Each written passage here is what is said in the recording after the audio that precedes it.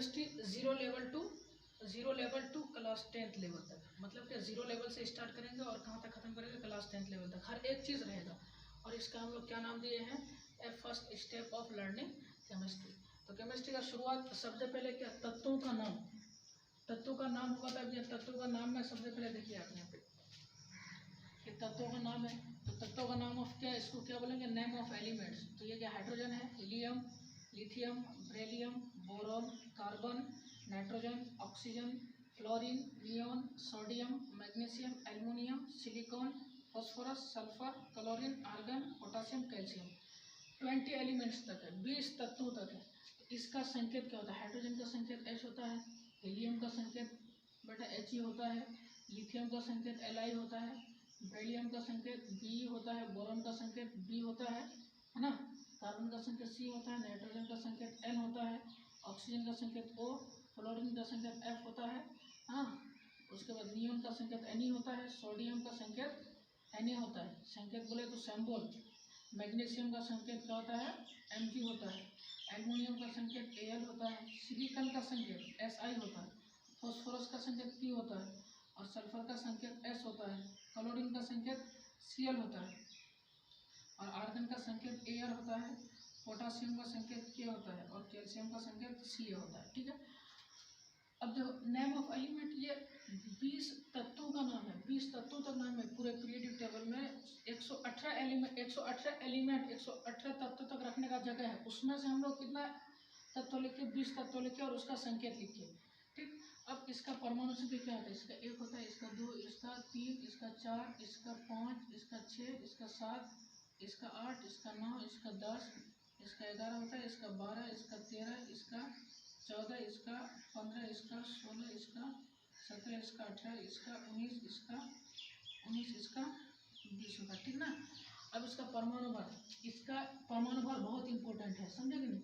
इसका 1 होता है परमाणु भार, है ना, इसका 4 होता है, इसका 7 होता है, इसका 9 होता है, इसका 11 होता है, इसका 12 होता है ना, इसका 14 होता है, नाइट्रोजन का 14 होता है, ऑक्सीजन का होता है कितना, 16 होता है, फॉस्फोरस का कितना 19 होता है, उसके बाद नियॉन का होता है 20 होता है, सोडियम का 23 होता है ना, मैग्नीशियम का 24 होता है, उसके बाद एल्युमिनियम का 27 होता है, सिलिकॉन का 28 होता है, फॉस्फोरस का 31 होता है, सल्फर का आपका जगह क्या होता है 32, फ्लोरीन का होता है कितना 35.5, आर्गन का होता है 40, पोटासियम का होता है 39 और कैल्शियम का होता है 40। ये वाला चीज़ बहुत इंपॉर्टेंट है, समझेंगे आगे जाकर के इसे थ्योरी भी समझेंगे हम लोग। तो अभी इसको इस थ्योरी को भी समझना कोई ज़रूरी नहीं है, क्योंकि अभी केमिस्ट्री की शुरुआत है, इसलिए उधर हम लोग को जाना है नहीं। तो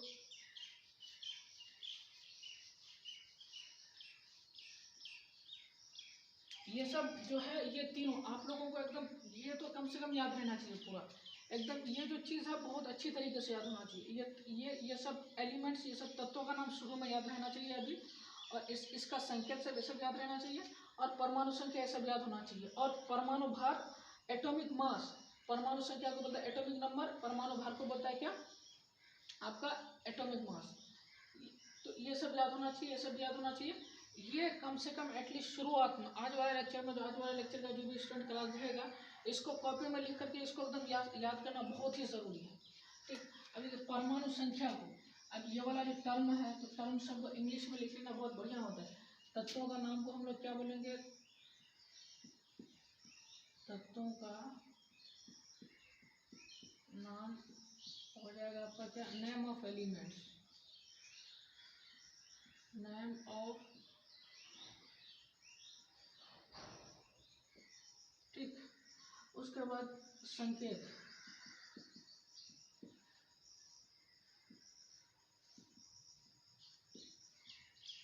सेम बोला ना। उसके बाद आता है क्या आपका परमाणु संख्या। परमाणु संख्या को क्या बोलेंगे, एटॉमिक नंबर। देखो परमाणु संख्या को लिखा जाता है क्या, Z बराबर E बराबर P, इससे सूचित किया जाता है परमाणु संख्या को। वो वाला टर्म हम यहाँ समझा देते हैं बेटा, इसको जो है बढ़िया से देख लेना है। और बढ़िया से याद भी कर लेना। तत्वों का नाम को क्या, नेम ऑफ एलिमेंट्स, संकेत को क्या, सिंबल, और परमाणु संख्या को क्या बोलते हैं, एटॉमिक नंबर। और देखिए एटॉमिक नंबर को किससे सूचित किया जाता है, देखिए परमाणु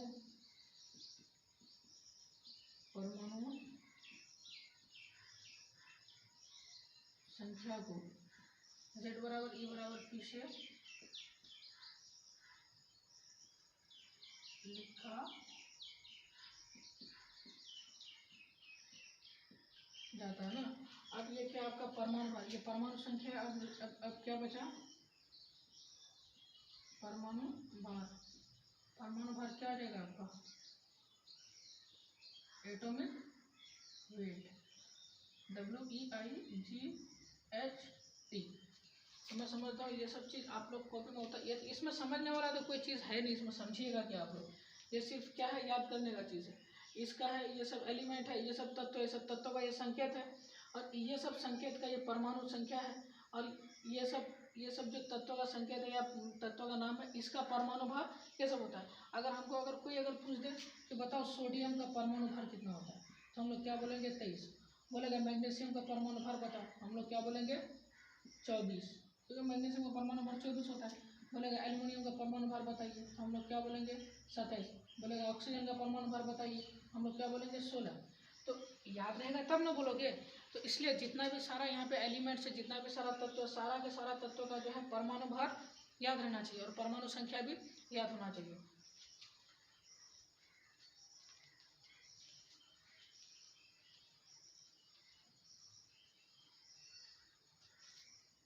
अब हम लोग सीखेंगे क्या, देखिए अब एक दो क्वेश्चन है, उसको कर लेते हैं हम लोग। ये देखिए हमको अगर पूछे कि क्वेश्चन मान ले, तो क्वेश्चन नंबर 1 समझिएगा इसको। क्वेश्चन नंबर 1 में बोलेगा क्या कि Na तथा, क्या बोलेगा, Na तथा Al के परमाणु संख्या का औसत निकालें। ठीक है, ये क्वेश्चन दिया हम लोग को, क्या बोलेगा, Na तथा Al के परमाणु संख्या का औसत निकालें। ठीक है कोई डिफिकल्ट वाला कोई चीज़ है नहीं, बहुत आसान है। इसको और इसकी और इसकी मदद से हम लोग ये सब क्वेश्चन बनाएंगे, ये सब जितना भी क्वेश्चन है। तो इस तरह वाला एक क्वेश्चन हम बनाते, बाद में क्वेश्चन आप लोग को बनाना बहुत सारा, घर में जाकर प्रैक्टिस करना। या क्वेश्चन में क्या दिया, Na तथा Al के परमाणु संख्या का क्या निकालें, औसत निकालें। इसका औसत निकालने के लिए परमाणु संख्या बोला है कि परमाणु भार बोला है, परमाणु संख्या बोला है, तो हम लोग कहाँ ध्यान देंगे, यहाँ पे ध्यान देंगे, परमाणु संख्या के ऊपर ध्यान देंगे। अब बोले इस तरह का अगर क्वेश्चन बोले, अब बोला क्या क्वेश्चन में कि सोडियम और Al का परमाणु संख्या का औसत निकाले। तो सोडियम प्लस Al बटे जितना एलिमेंट है, जितना तत्व है बटे उतना, जितना तत्व है, जैसे सोडियम एल्युमिनियम, तो सोडियम प्लस एल्युमिनियम बटे जितना तत्व है उतना नीचे में कर देंगे। तो सोडियम 1 एल्युमिनियम 1, 2 ऊपर में एलिमेंट है, 2 एलिमेंट है, तो मेरे पास कितना कर देंगे, नीचे में 2। अगर मान लेते हैं मेरे पास क्वेश्चन में दे देता, क्या बताए, सोडियम एल्युमिनियम तथा पोटासियम के परमाणु संख्या का औसत निकाले।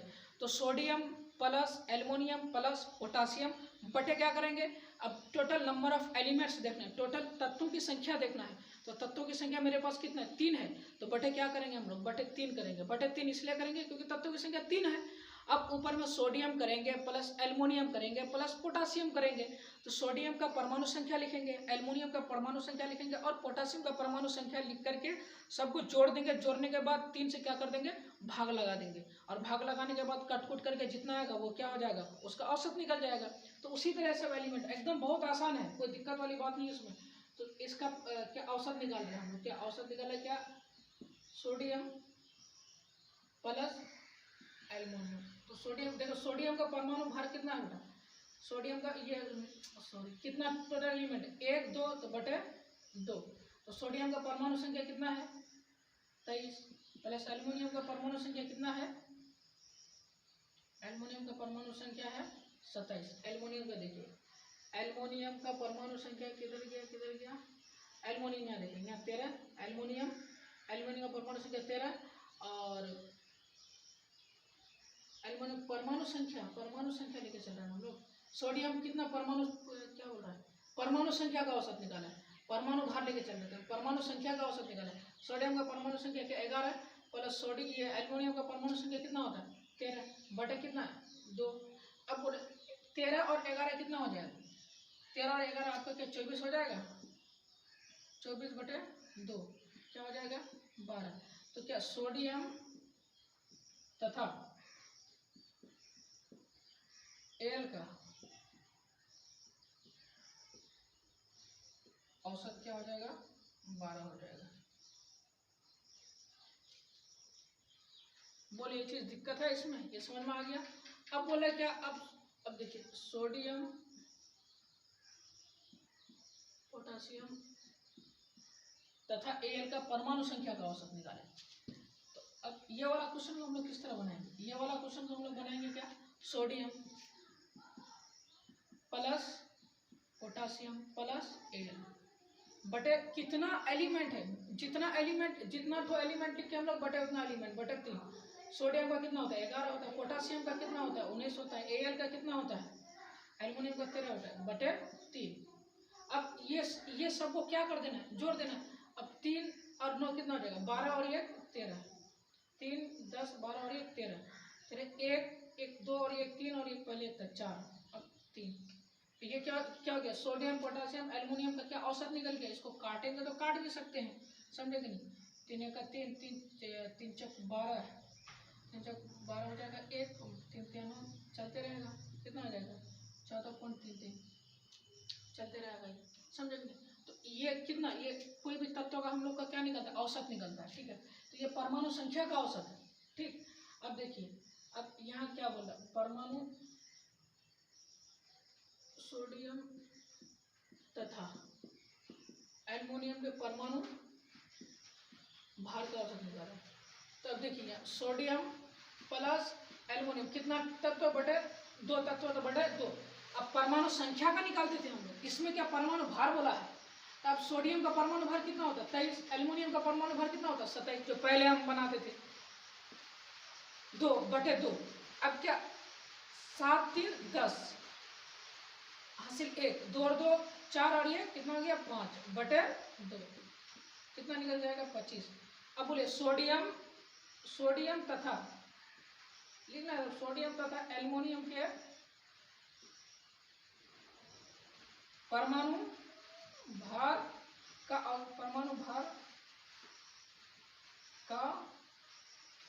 औसत बराबर कितना हो जाएगा 25, ठीक। आप लोग को लिखना है, हिंदी से बोल देते हैं ना, तो आप लोग को कॉपी में खुद लिख लेना। वैसे सोडियम तथा परमाणु भार का औसत कितना निकल गया मेरे पास 25। तो ये परमाणु भार और परमाणु संख्या का औसत निकालने का तरीका है। अब बताइए आप, ये सब परमाणु संख्या तथा परमाणु भार का कोई भी तत्व का औसत कैसे निकालिएगा, वैसे निकालिएगा, याद कीजिएगा, इसको याद करके नहीं निकलने वाला। ये वाला कंसेप्ट को जानना पड़ेगा, परमाणु संख्या को समझना पड़ेगा, परमाणु भार को समझना पड़ेगा, तब जाकर के आपका निकलेगा परमाणु संख्या तथा परमाणु भार का औसत। क्या परमाणु संख्या परमाणु भार का औसत समझ में आ गया आप लोग को। कितना भी अगर क्वेश्चन अगर हेरा फेरा करके दे तो आप लोग से ये क्वेश्चन बन जाना चाहिए। अब हम लोग निकालेंगे क्या परमाणु भार, देखिए अब निकालेंगे क्या हम लोग परमाणु भार।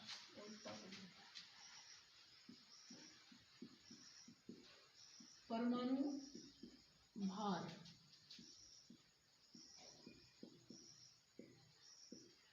निकालने का तरीका, ठीक। परमाणु भार बोले तो how to find atomic mass, समझेंगे। परमाणु भार एटॉमिक वेट या एटॉमिक मास निकालने का तरीका, एटॉमिक मास और एटॉमिक वेट और एटॉमिक मास हम लोग कैसे निकालेंगे, ठीक है। देखिए कोई भी तत्व का अगर हम लोग एटॉमिक वेट निकालेंगे या एटॉमिक मास निकालेंगे या परमाणु भार निकालेंगे, जैसे देखिए एटॉमिक, देखिए जिसको लिखना है हिंदी में लिख लीजिए। परमाणु भार निकालने के लिए क्वेश्चन में जितना भी तत्व दिया हुआ है सारे तत्वों के परमाणु भार को जोड़ देंगे, जोड़ने के बाद जो निकलेगा उसे ही क्या कहेंगे परमाणु भार कहेंगे। जिसको लिखना है लिख लीजिए, नहीं भी लिखने से कोई चलेगा, कोई हार्ड वाला टर्म नहीं है जो इसको लिखना पड़ेगा।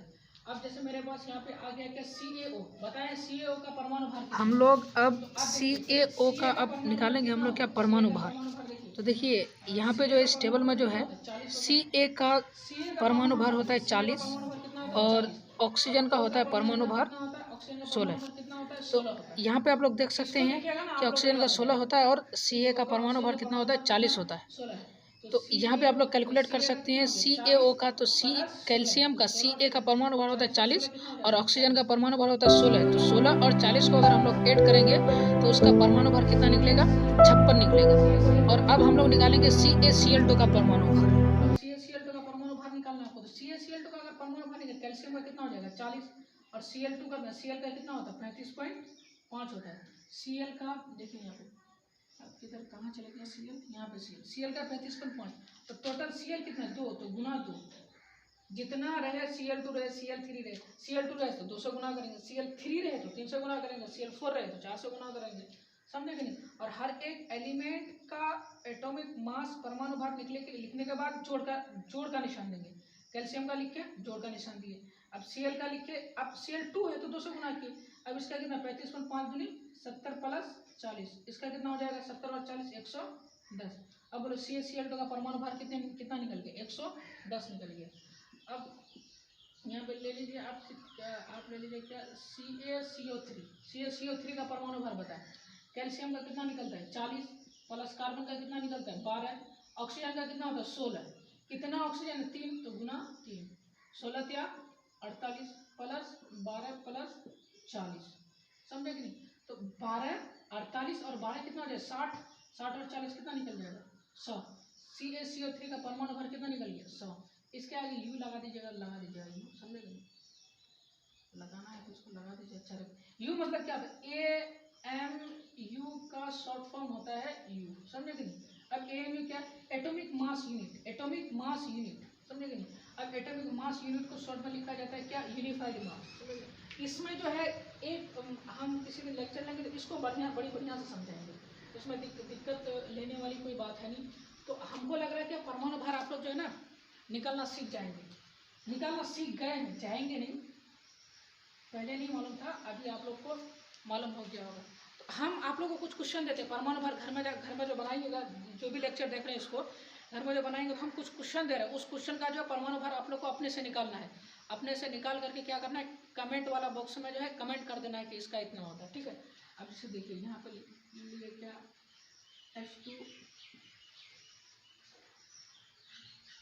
H2SO4, इसका परमाणु भार बताना है आप लोग को। Na2SO4 इसका बताना है, NaHSO4 इसका बताना है, ठीक। CaCO3 तो हो गया ना, CaCO3 हो गया, Na2CO3, NaHCO3, MgSO4, CaSO4, ठीक। CaCO ये वाला बना दिया हम शायद,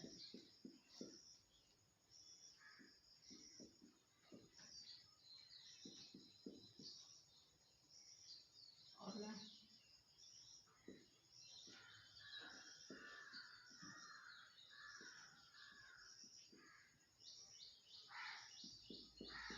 ये सब जो एलिमेंट्स, ये सब जो कंपाउंड दिए सूर्य आप लोग, ये सब जितना भी कंपाउंड दिए, ये सारा का सारा कंपाउंड का जो है आप लोग को क्या निकालना है परमाणु भार निकालना है, समझे कि नहीं। ये पहला लेक्चर है केमिस्ट्री का। वैसे तो वो सब पहले जो वीडियोस वगैरह डाल रहे थे यूट्यूब में, तो वो सब जैसे तैसे डाल रहे थे, समझे कि नहीं। अब से जो है केमिस्ट्री को बढ़िया से डालेंगे, रेगुलर वाइज रहेगा वीडियोस, समझे कि नहीं। तो आप लोग यूट्यूब में जो है क्लास कर सकते हैं बढ़िया से। और आप लोग को कैसा लगा क्लास, हम उम्मीद करते हैं कि आप लोग को जो आज का जो सेशन, आज का जो क्लास लिए, ये वाला क्लास आप लोग को बहुत अच्छी तरीके से समझ में आ गया होगा। और आप लोग जो है इसको जो घर में करेंगे तो इसमें नोट भी क्या कर लीजिए, घर में नोट करेंगे, नोट करने के बाद इसको प्रैक्टिस कीजिए, इसको बढ़िया से पढ़िए। तब तक के लिए बाय बाय।